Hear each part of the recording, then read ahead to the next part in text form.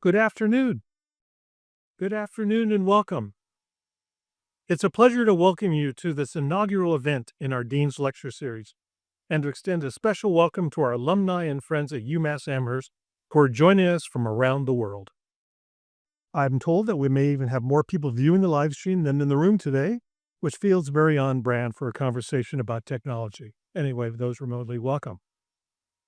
I'd like to begin by thanking Don and Rob Manning for their transformational support of the Manning College, including the Donna M. and Robert J. Manning Dean's Fund, which supports this series and so much more across the college. Thank you.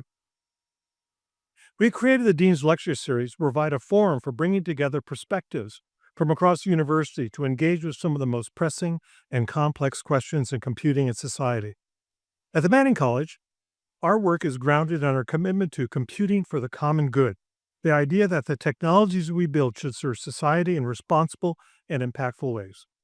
It's hard to imagine a topic more timely or more consequential than artificial intelligence. Its effects are shaping how we teach, how we learn, and how we live. And those effects are only accelerating. We're fortunate to have someone with us today who has been at the forefront of helping the public understand these changes.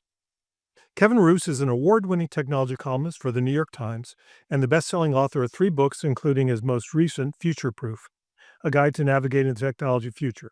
By the way, I hear there's another book coming out soon. He is also the host of 2 New York Times podcasts, Hard Fork, a weekly conversation about the rapidly evolving tech landscape, and Rabbit Hole, an acclaimed series exploring how the internet shapes our beliefs and behaviors.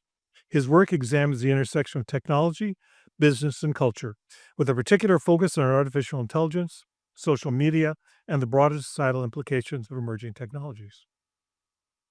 Ken will be joined in conversation by my colleague Ethan Zuckerman, whose work many of you already know. Ethan is a leading scholar on the social and cultural impact of technology and a key voice in the field of public interest technology, an area focused on ensuring that computing serves the public good. Ethan is an associate professor of public policy, communication, and information here at UMass Amherst. His research explores how media and digital technology shape civic participation and public discourse, and he is the author of Rewire and Mistrust, 2 influential books on global media and institutional trust. Following their conversation, we'll have time for questions from the audience, and then I hope you'll join us for a reception downstairs immediately after the program. Please join me in welcoming Kevin Roose and Ethan Zuckerman.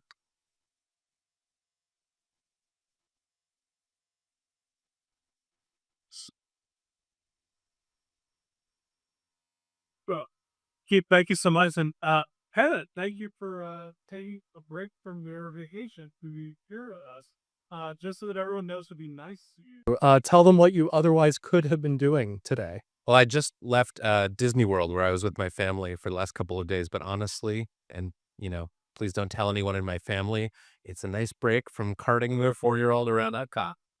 Usually people get office games and immediately say, what I'm going to do next. I'm going to go to Disney World, but I prefer, I don't think they're going to be as high risk temper tantrums today. Although, who knows? It's cute and spicy. Things can get a little spicy. It's an interesting moment. When you're at the end, but at the semester, it is week 12 of the 13-week semester, which means that for a lot of us, the end of work is sight. You had an interesting conversation recently with someone who told you that there are 300 days of work left. What did he mean? And what does that mean for my job and for your job? Yeah, so I come to you through San Francisco. That's where I live. And in San Francisco, we have been grifted by this new religion. This new religion, as sometimes known as AGI, being AGI build. But this is sort of the idea that we are on the cusp of a transformation unlike anything in human history, probably at least since the Industrial Revolution, but probably ever. And people who are AGI pills do all kinds of crazy pills. They, some of them, as a sign up to have their corpses frozen after they're dead, so that AI can reanimate them later. I met one guy who doesn't wear sunscreen to the beach anymore because he's so convinced that AI is going to solve skin cancer by the time it's relevant to him. People don't invest in their 401ks anymore. It's a crazy place right now. But one of the conversations I had recently was I wanted to get out of the house, so there was surgery reset. I think it got about 300 days left of work. And I think I just said, well, I thought to myself, like, oh, this year, like, I'll do the math. And I'm like, I realized, oh, no, he means ever. Uh, and, I think what he meant was that in his field, software engineering, there are many people who predict that we are no longer going to have software chief or some of these none that are recognizable doing the tasks that they're doing today. I think what this person asked meant was broader. I think it probably was something more like all white collar knowledge work, which to be clear, I don't share that belief. So I was merely passing it along. It's sort of a little bit the crazy people in San Francisco believe, but this is very much their inside the bubble. This is the expectation, not 300 days necessarily, but that we have sort of single digit years left before large spots in the economy are transformed. Humans are doing all work. Humans are there to kind of supervise it, hold hands, and just the world as we know it will cease to exist. Not necessarily in a way into we all die, but maybe we just sort of become a relegate to kind of like Nefarmels or something like that. And no, you talk about, coming from the AI bubble, from the land of the AGI held. And I will say, you highlight this honestly. I discovered your work for the first time, literally while you were an underground Quran, wrote a brilliant, and I think thought that people should be reading more often, all the unlike a disciple, about essentially going undercover at Liberty University, and just exploring the ethics of the ethics of that place from the perspective some would be raised quite secular. Uh, I think you may have gone a little bit further over, now as someone who lives in Alameda, that's sort of working on this in real time. You had to fend off an Hammerus search engine today by Microsoft, and what did you will be right? You've gone fairly deep down the Claude code rabbit hole. Uh, what's your relationship to AI and to Asia? What are you using it for? What are you not using it for? What are your thoughts, perhaps? So I use AI all the time, and this is very controversial. I'm not in the minority among my colleagues in journalism, but I find it enormously helpful. And I just finished, just as of tomorrow, I finished according into drafts today, a book about the race to AGI. And there is so much about the writing of any work, but especially something as long, complicated. It's a book that is not about the actual words of the age, right? It's all the research. It's the fact checking, it's the vetting, and the sort of end notes, the citations. And I have basically offloaded everything that I able to offload ethically at professionally to AI. So I have a team of clauses that I write with. Obviously, I have human editors. I'm a human researcher as well, or wonderful. But for things like research, where I can just now put all of my materials, all of the articles, all of the interview transcripts, all of my source material into, I use a couple different AI tools, but into Notebook LM in this case. And then I can just ask it questions. Who are the three people in this meeting in 2019? Or what's the best argument against this line of technical research? What might this person have been thinking when they said this thing?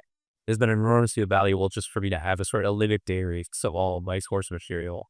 And then I have a team of agents who review my work as I feel like pretty good about it. I have a fact checker. It goes through chapter by chapter. In my strike, it was hard considering an AI, because a couple of years ago was making stuff up all the time that we were having to fact check it. Now it was fact check us. It catches some things that are actually mistakes that I made that I can then go back and fix. Obviously, also working with human fact checkers. So all of this is kind of experimental and new, but I find it enormously useful. Why do you publish say be something like a couple of years of research on this? But I've established two bright line rules for my own use of it. I had to talk about this in the foreword to the book, which is one, the words of Hagery. Like, I am not having this right for me, both because I think that would be ethical conundrum and something that I'm not allowed to do when New York Times, but also because it's just not that good. Capture into subtleties of voice, it produces stuff that sort of looks good and coherent, but you dig in like one layer, it's like some of the ideas just don't connect. And there's a second rule, other than sort of I write my own words, was they're just not feeding any sort of sensitive documents into a cloud-based AI system. So if I have a confidential demo what it's can send to me, if I have something that's get leaking somewhat, I keep that sort of pretty well fenced off from there. So, so help me help me navigate the gates between your friend who believes that there's 300 days of work left, really receptive about it, but clearly heart of the vibe of the world that you're coming from. Uh, and very real, use AI, right? Not just gains as a netball conundrum, because it's just not that good at it. Yeah. Uh, it seems like we're going through this revolutionary moment where AI has done very, very done things. Uh, I think almost anyone who has coded in a serious way is now able to sort of see that a lot of that job, that a lot of that job can be as well done by someone that cop codes as it can be by humans. It may be possible that there are other fields, perhaps not the perhaps very wide fields, that are going to fall to the same strategies of scale, to the same strategies of particular forms of reinforcement. Right. Uh, we're all in the university. We've got people studying everything from nursing to turf science, to philosophy, to a lot of computer scientists here. How many of these fields do you think are going to get transformed? Do you see a moment at which AI becomes good enough to be replacing your own writing, or really fields do you think of this transformation is just on a That's a great question. There's this concept that people in Silicon Valley talk about jagging intelligence. This was a term that sort of popularized by a researcher named Ray Hattie. And what he meant by that is essentially what you just said, that there are these very like deep spikes in AI capabilities. So for example, AI is now, in coding competitions, it is better than almost every human coder at those rare competitions. It is outdoing many math PhDs and physics PhDs in their shows of fields, is doing incredible things with genetic coding sort of systems that can go out and work autonomously for hours at a time. But if you give them simple, they sometimes fail at things that would be relatively simple for humans. So what we had is not sort of a perfect representation of all human intelligence. It did not all arrive at once like some of the early AGI built people who did. They probably would have this sort of burst of capabilities explosion that would sort of rise the whole water level with progress. And I think what we're seeing now is that the gains in some fields are just much bigger than others. So coding is furthest along. I think that's what people mean when they say 300 days left of work. It's that is the field that they're talking about. So I think in some sense that's a technical problem. It's just easier to build these systems to be quite good in domains where they're like, we are right or wrong. The answer is two things. You can train a model to go out and write a bunch of code and then write unit tests to see whether the code works. And you can do that over and over again using this technique called reinforcement learning until the model has stopped making errors. That's not possible to do in every domain. And not every domain has clear right or wrong answers. I think that in a funny way, this is actually kind of a little trick. We were talking before about computers learning how to play checks, and we ended up quite a while ago with Deep Blue facing off against Gary Kasparov and best they hit eventual. Events a game where you can literally look at it and say, yes, you won, good job, pat on the back. Coding feels like something where we can often give the pat on the back. Why is writing an output? Well, if the output from this, it's more subjective. And I think it's also connected to this concept of self and expression. When I use an app on my phone, I don't think that like the code that is running in the background is an expression of the programmer's authentic self. Like is a functional thing. And coders get very, sometimes they get very upset. They think they do express themselves. But I think for most users, they just care whether the thing works. And I think writing is not like that. We've seen now in actually romance novels are sort of the first genre of fiction that has fallen to AI, or is that is the process of falling to AI. Uh, and romance novelists are out there churning out dozens of books a year using AI, but they're not telling people for the most part that they're doing this because they found that the moment you say this is AI generated or even partially AI generated, nobody wants to read it. So there's something about at least the illusion we are hearing from a human, and the inner thoughts and the experiences of a human that is somehow rooted in a person that makes us believe in it and value it more than we would if we just thought it was a bunch of AI. Even if the text generated by the AI is better and some sort of discrete level, we would still want that to come from a human because part of what we're doing when we read a book is trying to keep back with the person. This is probably the moment at which we should make our disclosures. I've decided to go full out on this. I've got to pay for a pencil. You got the headset with Anthropic's new mythos going directly into your head. This was what you negotiated. It's in my Neuralink you play. Yeah, I've got Yeah. 17 models running inside there. So your last book before this new book about AGI was called Creature Proof, and it was this idea, and this was a while ago, back in 2021. Uh, Night Wolves in the Age of Automation, you were telling people at that moment about this idea of sort of leaning into their humanity. And you had just made a fairly effective, you need to understand that I am a real human making the judgments about the words on page. I am putting my words into the podcast. How was that applied more broadly to the folks in the audience here, particularly the folks in the audience here who do, to one extent or another, write code, whether it's a form of expression, whether it's a form of getting work done, whether it's the job that they have right now, Copa might have for days for a while. Yeah, I think interpersonal skills are about to become much more important in computer science for reasons that are actually like, I'm not predicting these. But I was telling your faculty earlier, I was at a startup recently, and you walk into their office, and everyone's got their 4 monitor setups, and then everyone's also got like a little microphone at their desk because these programmers, they no longer code with their fingers, they code by talking. They just tell their agents, hey, dude, solve this problem or adjust this thing or run this test or build this RL environment. And the agents just go off and do that. And it sounds like a call center, but what they're doing is communication. They're not communicating with each other, and they still are communicating with each other. More of their time, when they're actively working, is spent communicating with these agents, and they're finding that actually the skills that make you good at communicating with humans, you also need to use that with these AI systems because you're going to get better work out of it if you give them clear instructions, clear metrics for success or failure. If you come to them in an empathetic way, that for whatever reason, it seems to produce better code. So there's an interesting kind of scenario unfolding in computer science, at least among the tech startups in the Bay Area, which is like people are now starting to learn empathy for the AIs.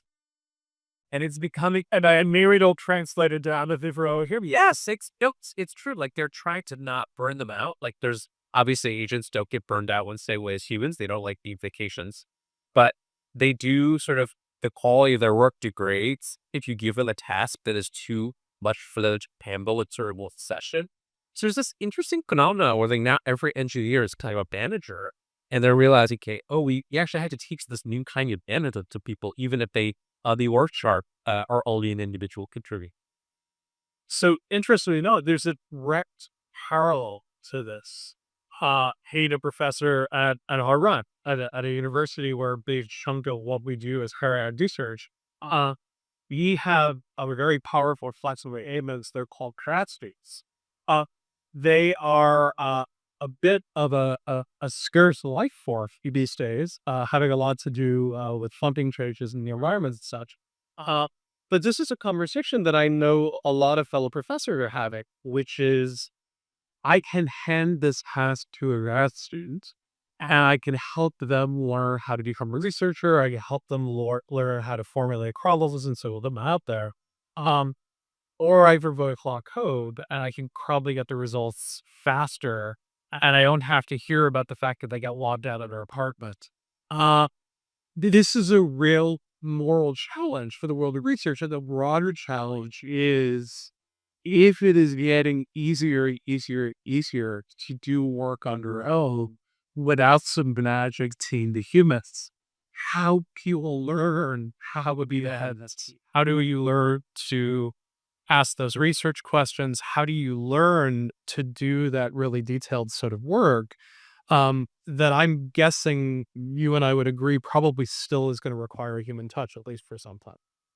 Yeah, I mean, what we do in a sort of fully human setting is we just have feedback, right? We have training, we have feedback sessions, we have peer reviews, we have performance reviews.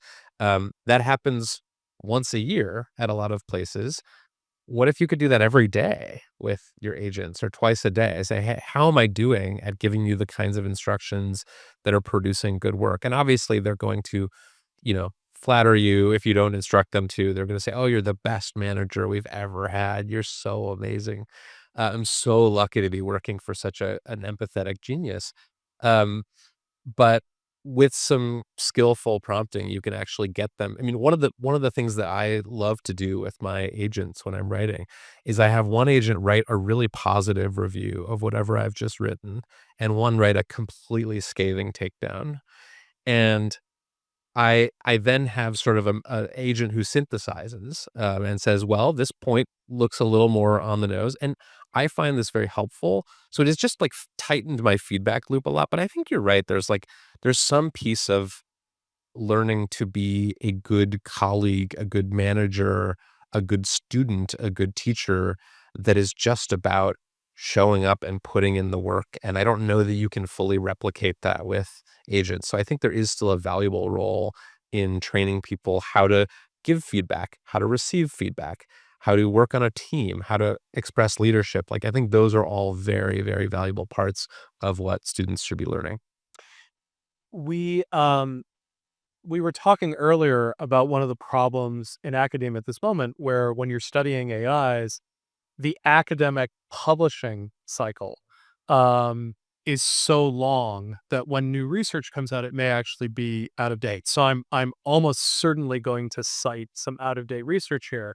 But there is research that suggests, looking at software that's been put into public repositories, things like GitHub, researchers have gone and sort of looked to see who seems to be making the best use of these models.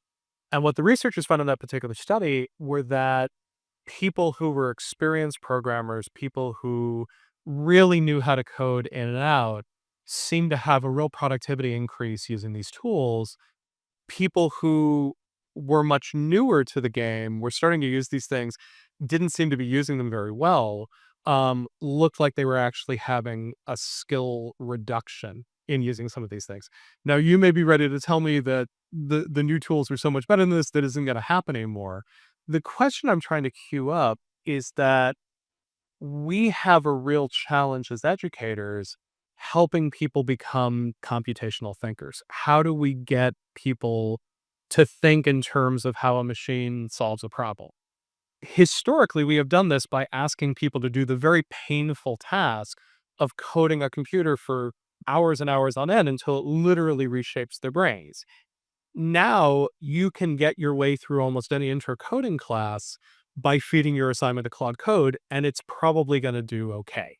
And unless we do some of the things I've seen some of my colleagues do, like have people do blue book coding exams, it's hard to know whether we're going to be able to teach that sort of computational thinking.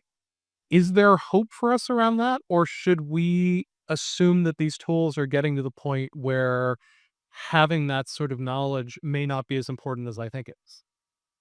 I, I don't know. I'm not a computer scientist, and I always try to express my own doubt about my intuitions when it comes to fields that I'm not an expert in. Um, my impression is that the what is the changes in coding are just sort of moving several layers up in abstraction, right? So we used to teach people assembly, right? How to like code like literally into the computer. And then we abstracted that to programming languages. And those programming languages got more abstract over time. And then we had, object-oriented programming, and like all these changes in computer science have basically been moving from like something that talked directly to the computer to something that sort of talked to a set of abstractions that then talk to the computer. And so I think on one level, what's happening with AI right now is just like another layer of abstraction. It's like you still need to understand something about what is going on. But for example, I don't code, and I've built probably 20 apps in the last 6 months. And parts of it would like I could have saved myself from some time if I had known something about coding. But other parts I think I was probably actually more effective at than someone who's a professional coder, because I was just coming in completely blind, and I turned sort of the planning and thought process behind the code over to the coding assistant. And so I was not coming in with my own preconceived notions of like, oh, we're going to need a SQL database for this, and you're going to want to write it in this language because this language is better for this kind of thing. I was coming in as like a total neophyte, just saying like, hey, I want an app that does like these 6 things. Can you kind of figure it out for me? And it would do that. And so I have learned some computational thinking just by looking at what the model is doing on my behalf. And you can actually now expect the so-called chains of thought, which I find fascinating. Well, this is my favorite part of using AI right now, is that you can actually see the inner monologues of the AI systems. And as they're sort of trying different things, oh, that didn't really work. Let me back up. Let me try it in a different language. I find that I'm learning a lot for just watching that work. So is that useful, applicable knowledge? Maybe not. But I think it is teaching a kind of computational thinking that is more attributes to the realities of tools. And I know we were deeply like this. We have at least two categories of people, possibly three categories of people.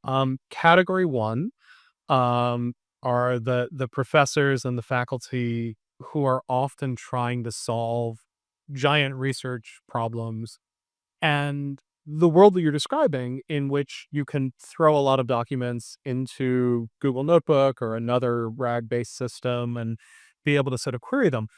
That's pretty exciting. It's pretty sexy. There are folks like Justin Gross sitting in the front row there, who I know are trying to think about how data scientists do incredibly sophisticated work, both with and without AI. There's also a lot of people in this audience who are wondering whether they're ever going to be able to get a job, and don't have tenure. And they are looking at the fact that Meta just laid off 8,000 people. They closed 6,000 open jobs at the same time. Microsoft is offering early retirement to about 9,000 people. So those folks are very interested in what world are they going out into. We also have in the front row some people who are really interested in how you keep a university open if the people who wanted to come here to get jobs now start wondering if those jobs are going to continue to exist. So can you make categories 2 and 3 happy, or at least offer them some sort of consolation? Yeah, I mean, look, I am very glad that I do not have to solve these problems for a living. I have great admiration for the university officials and administrators and faculty whose job it is to navigate all this. What I can tell you from my perspective is that I think that there are a lot of institutions that are right now trying to kind of adapt the old ways to the new reality. And I think that that's going to be a hard thing to do, because these models are getting so much better every single year that you are in essence trying to lesson plan, a curriculum plan, and plan the structure of a university around something that is going to be obsolete or on its way to obsolete by the time that you've finished. Take it from me. I wrote a book about AI the year before ChatGPT came out. It is very hard to make predictions about the future when you're on an exponential like we are with AI right now. I'll tell you what I would do if I were starting a school. And obviously this is, I'm glad that I'm not starting a school. You should never send your children to my school. Um, I would devote about half the days to just pure offline learning, like pure sort of Socratic, like let's read a bunch of books and let's talk about them. I would have no devices anywhere near it, because I think there is to me, the danger of sort of trying to hybridize everything is that you end up with the worst of both worlds. You end up with like the technology that is disrupting all of the work that's happening in the classroom, and you're also not learning anything. So I would like half the days, or maybe half of each day would just be like education as it existed in the 17th century. Um, and then the other half would be like giving everyone unlimited budgets for these AI tools and just having them build stuff. Because I think there's really no better way to learn about the technology than by using it.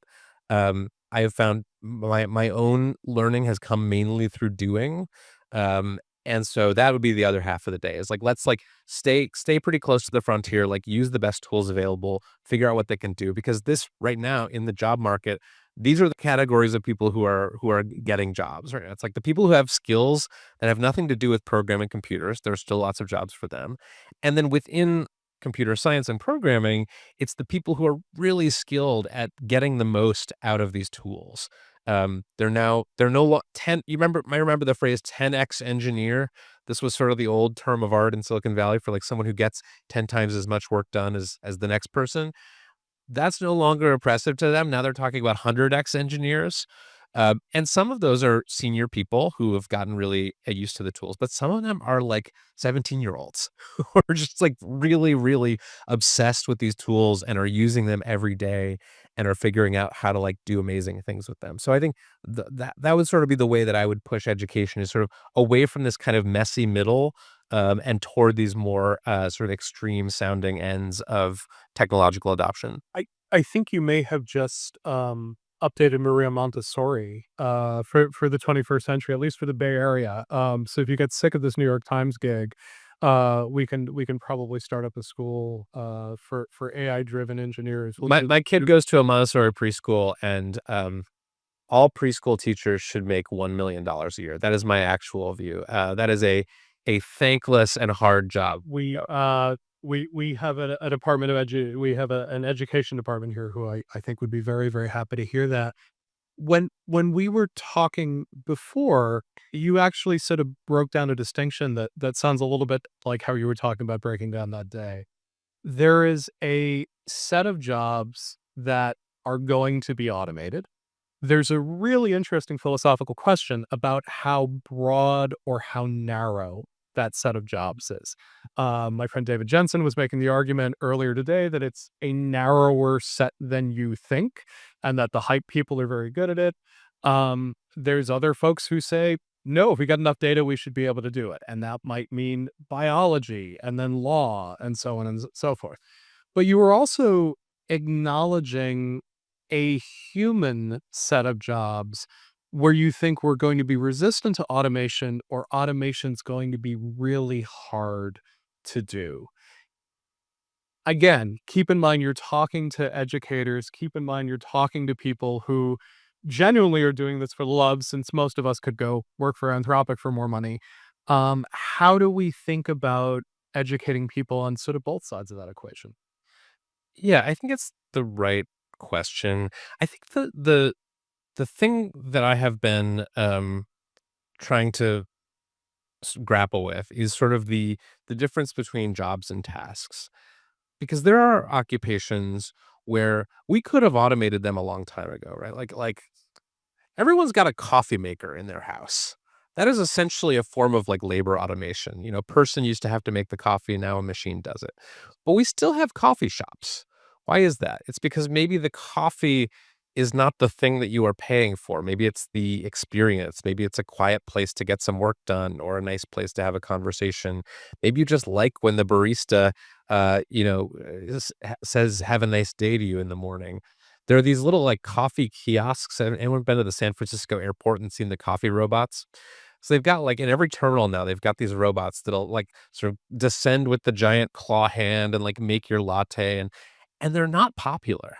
Like they have had trouble keeping them open because even though they are faster and maybe even a little cheaper than the Starbucks that's like just, 10 feet away, like people really want that human connection. There's something about that that feels good to us. And so I think there will be jobs where even after all of the tasks inside the job, or a large fraction of them, have been sort of eclipsed by AI, like we will still want that. I was giving the example earlier, like a therapist. Like, it will probably be true that shortly AIs will be better therapists than humans along kind of any conventional metric that you would use to evaluate them. They're a lot cheaper. They're always available. They've trained in every modality because they've been trained on all of the data on the internet. So you could make a case that the therapist is doomed, but I think there's a subset of people, and probably a large subset of people, who will just never want to go to an AI therapist. It just, even if the advice they're getting would be identical to or superior to the advice a human therapist would give them, that just feels bloodless. It feels bad. We don't like it. There's something about us that is hardwired to love human connection. So I think that one place where the sort of AI bubble often gets it wrong, I think, is insisting that as soon as a job can be automated, it will be automated because they see that for themselves and their companies. But I think that is not true in the economy as a whole. I'm going to open this up in just a moment to the audience, and I'm going to roam around with a mic so that the rest of you can have some of the conversation that I'm having with Kevin. But I want to give you sort of a three-parter, and it's sort of three versions of the same question. Obviously, you're writing your next book on artificial general intelligence. You've been following this as closely as anyone else. As you think about this transformation that we're in the midst of, what excites you the most about it? What scares you the most about it? But here's the hard one.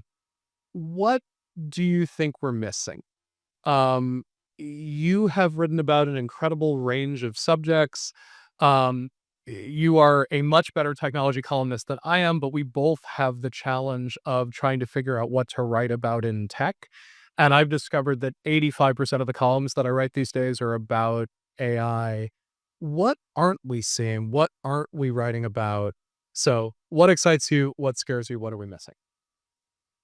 What excites me is that I think if we manage to solve all of the big problems around AI, obviously there are tons of big problems, everything from addictive chatbots to environmental harms to just the existential risk that all this could kill us. Like, I think this could be really good if we get all of that right. I was just at Disney World and I went to, they have this amazing ride called a Carousel of Progress. Anyone ever been on this?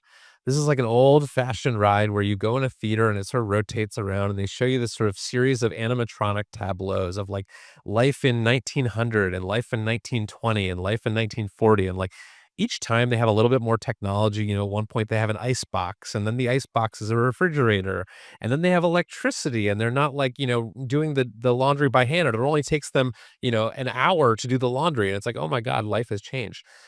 I watched that and I thought, well, we need something like that for today. We need someone to give us a positive vision of how our daily lives could be better 10 or 15 years from now. Because I do think that technology generally improves our life. I am not one of these people who like wants to go back to an agrarian economy. Like I like my, you know, vaccines and my iPad. And so I do think that on the whole, if we manage to like solve all of the contingencies, this could be really good for us. It could free us up to do the things that we love. We could cure a bunch of diseases. I'm very excited about what's happening in AI and medicine. My own father died of a rare form of cancer that I think could have been treated with better interventions. So I'm very excited about the potential for AI to help in medicine. That was the positive side. What worries me is that we are just not ready for this. Our institutions, our government, we are not making the kinds of changes that we would need to make if all of the things that the people in San Francisco are saying about AI are true. I worry about existential risk. These systems are behaving in ways that their creators did not anticipate and do not know how to control. Some of you may have seen the recent coverage of Claude Mythos, which is Anthropic's new model, which is finding zero-day security vulnerabilities in 27-year-old software and appears to be wreaking all manner of havoc. And so they're releasing it to defensive cybersecurity teams before they're releasing it to the public. I think that stuff is very underappreciated. I think bio risk is very underappreciated.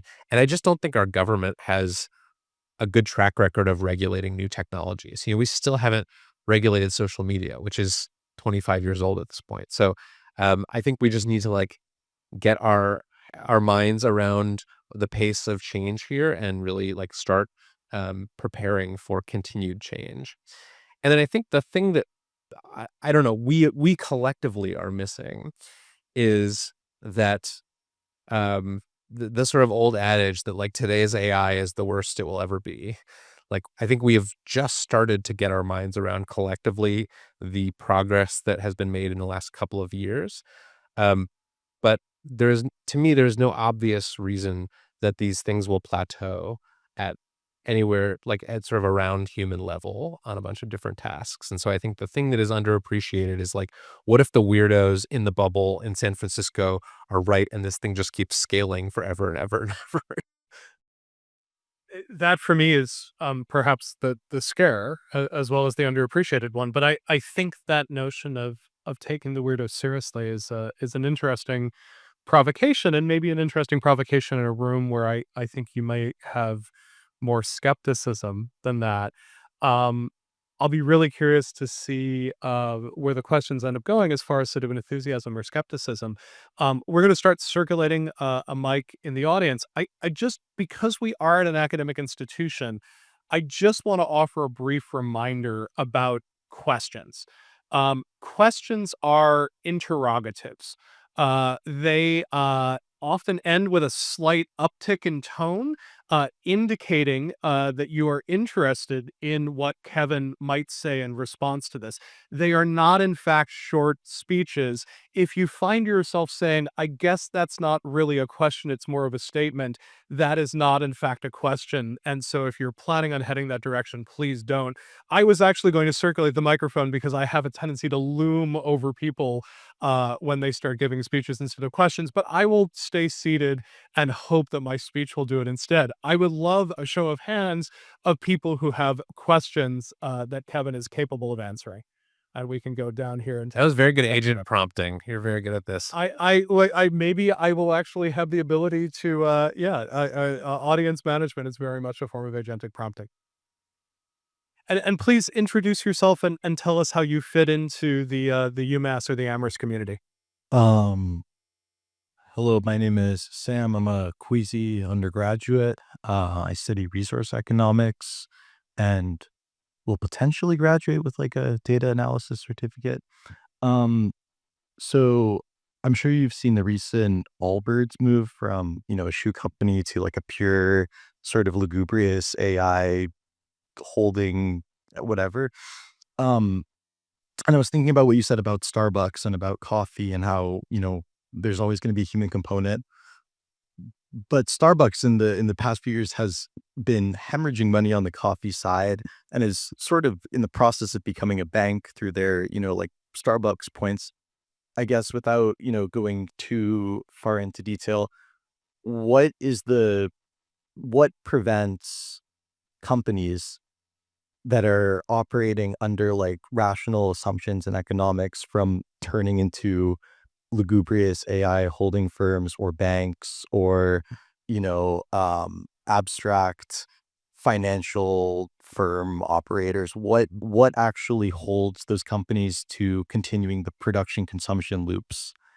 Why would you do that if your return is just lower through having to actually produce and consume things and being constrained by supply chains? I love the word lugubrious, so thank you for introducing that into the conversation. And the Allbirds thing that he's referring to, so there was this company named Allbirds that made these hideous shoes that everyone in technology wore for several years, and then they fell on hard times and got acquired at a massive discount, and now are pivoting to becoming a cloud AI provider. There's going to be a lot more stupidity like that, by the way, because it's sort of you remember a couple years ago when companies would just say blockchain at the end of their name, and then their stock price would go up 400%. That is happening now in the economy. I don't have high hopes for the Allbird computing cluster, but I think you're right that there will be companies that sort of just decide that their model no longer makes sense, whether it's too labor dependent whether it's not, it doesn't have the kind of margins that their competitors do. I kind of think that this is going to come more from like less from the sort of established companies, which I think are having a very hard time sort of getting their heads around AI and what it means for them. But I think it's like true that in every sector, there'll be like a company with like 3 to 5 employees that tries to take on the big incumbent in whatever category. So there'll be like a 3-person insurance company that wants to take on State Farm, and they'll like go off with a bunch of agents and do that. There'll probably be like a 3-person newspaper that tries to like take on the New York Times, and they'll make a run at that. Like I think there will be businesses in all these verticals that just attempt to not to provide the same service with a much different ratio of human labor to AI labor. And for some, that may work. And that may mean that you actually have to like pay a premium for if you want the human therapist, maybe that cost goes up in a world with cheap and abundant AI therapy, because that's sort of the premium experience that people want. And so that's one of the things I worry about is a new kind of inequality, not necessarily of wealth, although we'll track to that, but like of access to access to human labor and access, it may be that students from disadvantaged backgrounds go to schools where all the instruction is done by AI, and the students who can afford to pay for higher price educations will get the contact with the brilliant human professors that you all enjoy here. And then that will become sort of a luxury good. So that's one of my sort of fears about this, is we're going to see a stratification. I think Justin had a hand up here. Thanks for the shout out.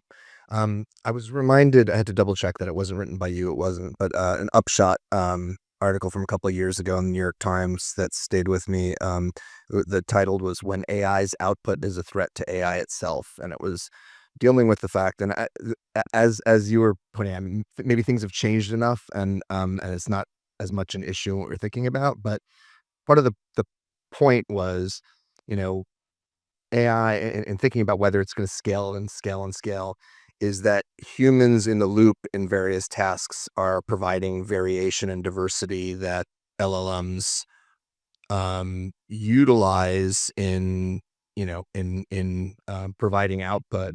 And if in lots of fields, let's say, oh, we don't have any workers or people who are in the loop who know anything about what's really going on. Let's just say it's about coding. Like, is it true that if no one's actually doing coding for themselves, that we won't have this degradation of actually quality, because everything is sort of going to the median output, and there's not this, you can't really like control the temperature on the AI. I'm wondering whether, maybe, whether folks are concerned about what happens if humans are left out of the loop. Do we actually then get worse and no one knows how to do the thing when we have to go back to them? Yeah, it's a great question. This was a couple years ago, as I remember, and it was around this idea of model collapse or mode collapse. This was an issue that people were a lot more worried about a couple years ago, because at that point, the way that you got better models was you just dumped more data into them, had more compute, trained them for longer. Sort of that 3-ingredient recipe was how you got from GPT-1 to 2 to 3 to 4. In the past couple of years, most of the capabilities gains have not come from dumping more data into models. They've already exhausted all of the data on the internet.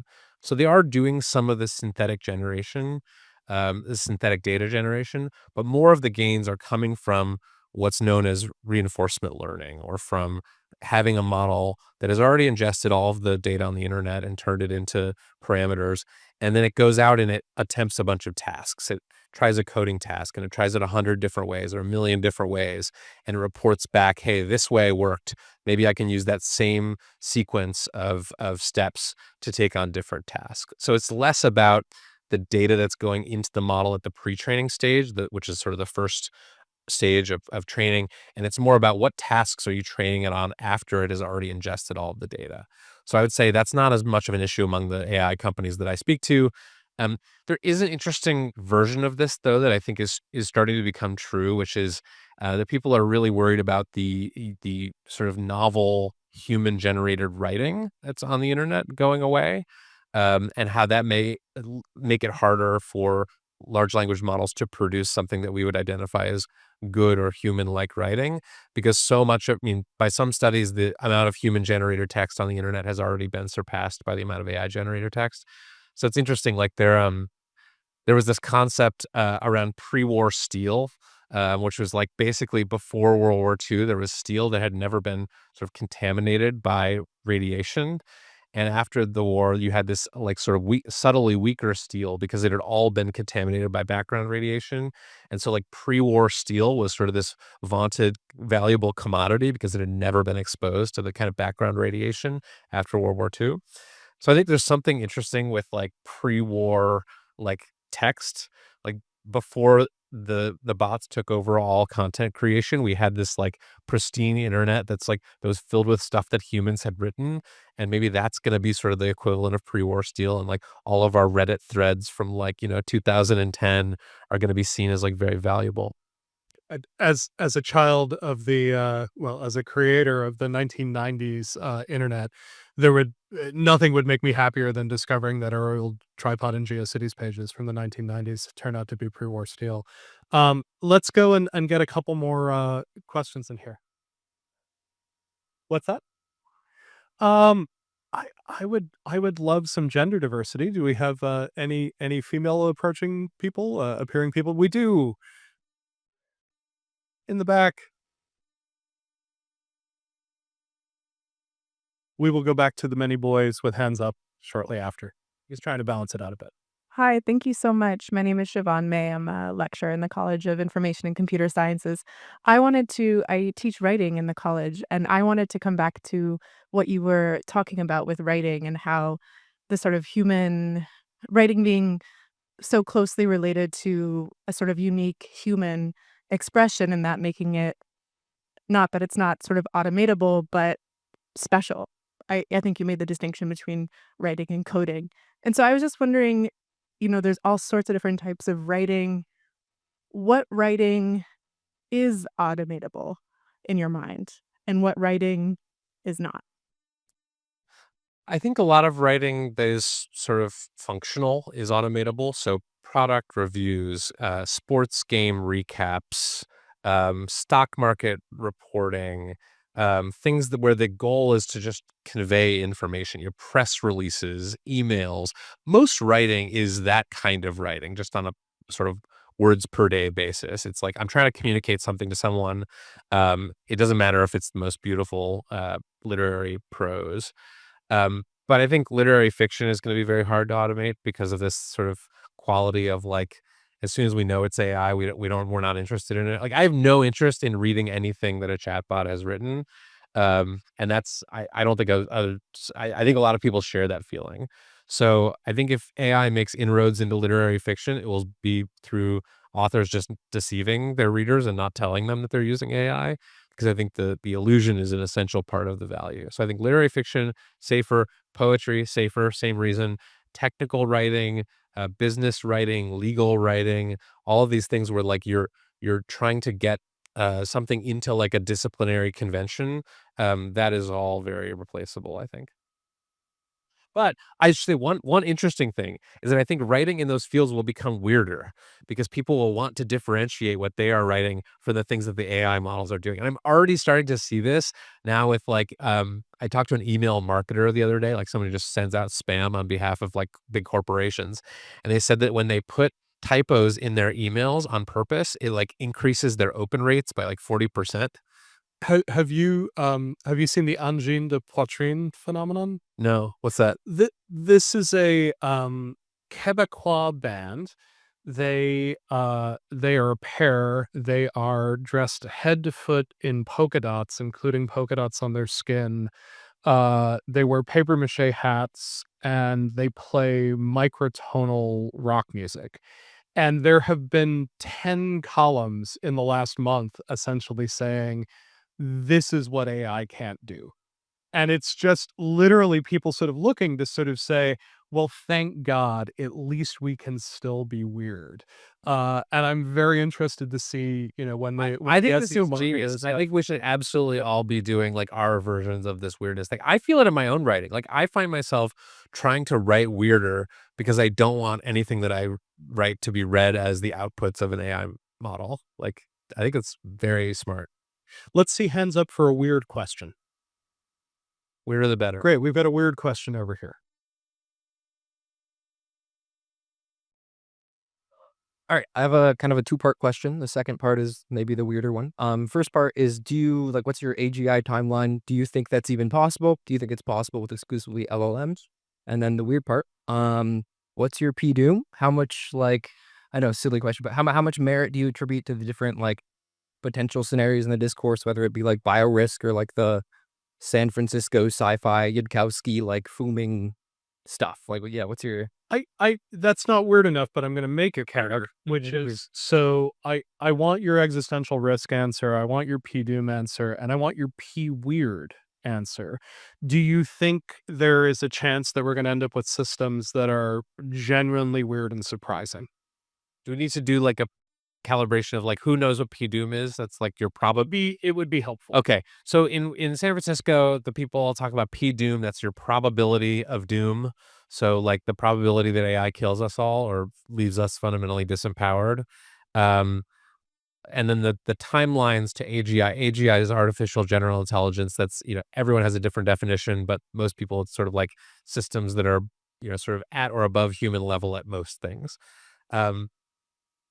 I think AGI is probably already here. I don't think we have, I don't think it's a very useful term, because some people think AGI, for it to be AGI, it needs to be better than everyone at everything. And I think for some, it's it just needs to be pretty good and capable and something that you could delegate real work to. I tend to have a lower bar. I know Demis Hassabis at DeepMind has a crazy high bar. He thinks it should be able to discover Einsteinian, relativity on its own. So yeah, I don't know that it debating timelines, but I think we will have very capable systems. We already do. I think they will become more capable.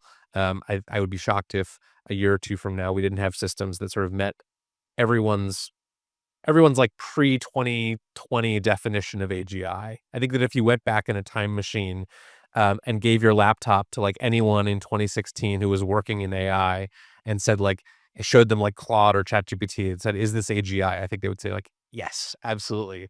My P-doom is sort of around 5 to 10%, which is a cop-out, I think, because that's not this is just a vibe, right? It's not a real, I haven't arrived at this through any statistical means. But I think it's lower than some of the biggest doomers in Silicon Valley and probably higher than most normal people. I think there's a chance that this all goes quite badly. But I think that the thing that's making me more optimistic is that more people are paying attention now. It was just a couple of years ago, I was writing about AI and how these systems were getting quite good, and people didn't want to hear it. It was just too abstract. They hadn't seen the tools. They hadn't played around with them. And now I think people really understand that there's something important and potentially scary something that will have a big impact on their lives. So the silver lining of that is that now we have many more people in institutions that are paying attention and helping in the effort to make this go well. And so I think if it were just a bunch of weirdos in San Francisco trying to make this go well, I'd be much more nervous. But because I think we have many more parts of society that are engaged now, including all of you, that makes me more hopeful. Let's see if we can squeeze in one or two more before we head down and have snacks. Hi, I'm Sam. I'm a master's student studying computer science and also some AI research. Also, before my question, I watch Hard Fork Weekly, so big fan. Thank you. Thank you. But yeah, so you've talked a lot about San Francisco kind of being the center of gravity for a lot of what's going on in AI in the US and even just the globe. And I think it's interesting now, on the East Coast, maybe talking, especially New York Times is based on the East Coast. Do you see what's the main kind of difference in the philosophy or way of thinking about AI, about people on the East Coast versus West Coast, and even specifically academia versus industry? Do you see what's the main difference there? That's a great question. And I don't think it's as clear cut as East Coast versus West Coast. I think it's probably more San Francisco and DC are closer to each other in terms of their attitudes toward AI. New York and LA tend to be more aligned. So it's sort of like a yeah, there that would be like more the axis I would draw. I think the I think to crystallize it would be like I think people in New York. This is obviously very broad brush, but like look at the floor of AI capabilities, and people in San Francisco look at the ceiling. So I think people in New York sort of saying, "Oh, well, it got this thing wrong or it hallucinated this fact. You can't trust it, and therefore I'm skeptical that all of this, the build out, the billions of dollars being spent on AI infrastructure, like that is overhyped. This is just marketing. These tools aren't actually that useful." And I think in San Francisco and places like DC, where people are looking at not only like the economic implications, but national security and governance implications, they're looking at like, okay, what could a really motivated person who's really skillful in using this tool do with it? Could they conduct an automated cyber attack? Could they build $1 billion company with one person? Could they, could they do some transformative could they solve one of the Millennium Prize problems in mathematics, these sort of highest and hardest open math problems? So I think that's sort of the spiritual difference I see is like one group of people is sort of looking for the shortcomings and the gaps, and one is looking for like when everything goes right, what can this thing do? Last question, best question.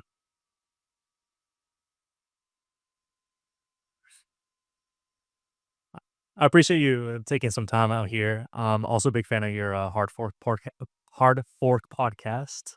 Um, I had a question about a recent episode that you did regarding talking about the AI and the like sort of the anger around it. In your podcast, you kind of chalked up a little bit about the anti data center sentiment as being a sort of like NIMBYism, and you compared it with like the San Francisco housing crisis, where like nowadays the prices of houses in San Francisco are like $2 million. But I also like to point out that like another case would be something like the interstate highway system, where the roads were necessary and it was absolutely necessary for the national place, but the communities that there had to be a lot of communities that had to be demolished because of it and whatnot. So I guess I wanted to know a little bit about your stance about like where on this NIMBYism spectrum do you see the construction of data centers, and like for those places that do have data centers be built in them, how can those local communities benefit for providing a national benefit? I just have to say, I love that Eric is taking my graduate class, which is on social media, but he's just managed to channel my honors seminar, which is about urban development and visions of the future. So this is what you get from UMass students. They're gonna hit all the rails on their shots. Yeah, it's I got a lot of pushback for that episode, and I think it's fair. Look, I think data centers are a stand-in for something that people are feeling that is real, which is that this technology is arriving very quickly. Their input has not been solicited on it. People don't feel like they have a lot of agency. Like people from San Francisco tend to talk about this as just like sort of this inexorable force that is just happening to people, and like there's nothing you can do about it. You either like get on board the train or you get run over. And so I think people look at data centers as being like this thing that is happening, that is tangible and physical, that is happening in their neighborhoods, and that they actually can stop. Like they can do something about this. Um, I think I understand the frustration. I just think it's like not the right lever for change. Like it is not opposing data centers is not a stand-in for actual governance of AI technology. I think it is kicking the problem to another jurisdiction, to potentially another country. They will put the data centers somewhere. It is not like they are reliant on this being in one geographical area. So if they can't build them in the US, they'll put them in the Middle East. They'll put them in Canada. They might put them in space if Elon Musk has his way. And I think all of this is just, I don't think that it is actually a substitute for what we need, which is a government and a public sector that is paying attention to this technology, that has a coherent strategy for regulating it. To me, it just seems like the wrong lever for change. But that said, it is the lever that is available to people. And so I don't blame them for grasping at it. So, Kevin, thank you so much for being with us. This has really been wonderful. Thank you, everyone who's been here, for some great questions. Thanks, Dean Keith, for making this possible, bringing us together. We're going to head downstairs. You may have a chance to talk one-on-one with Kevin. Let me give the mic back to Keith before we head out. Let's have a round of applause. Thank you.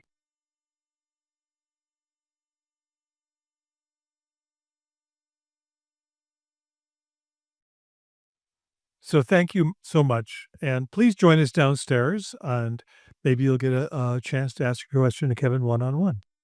Thank you again. Thank you all. This has been fun.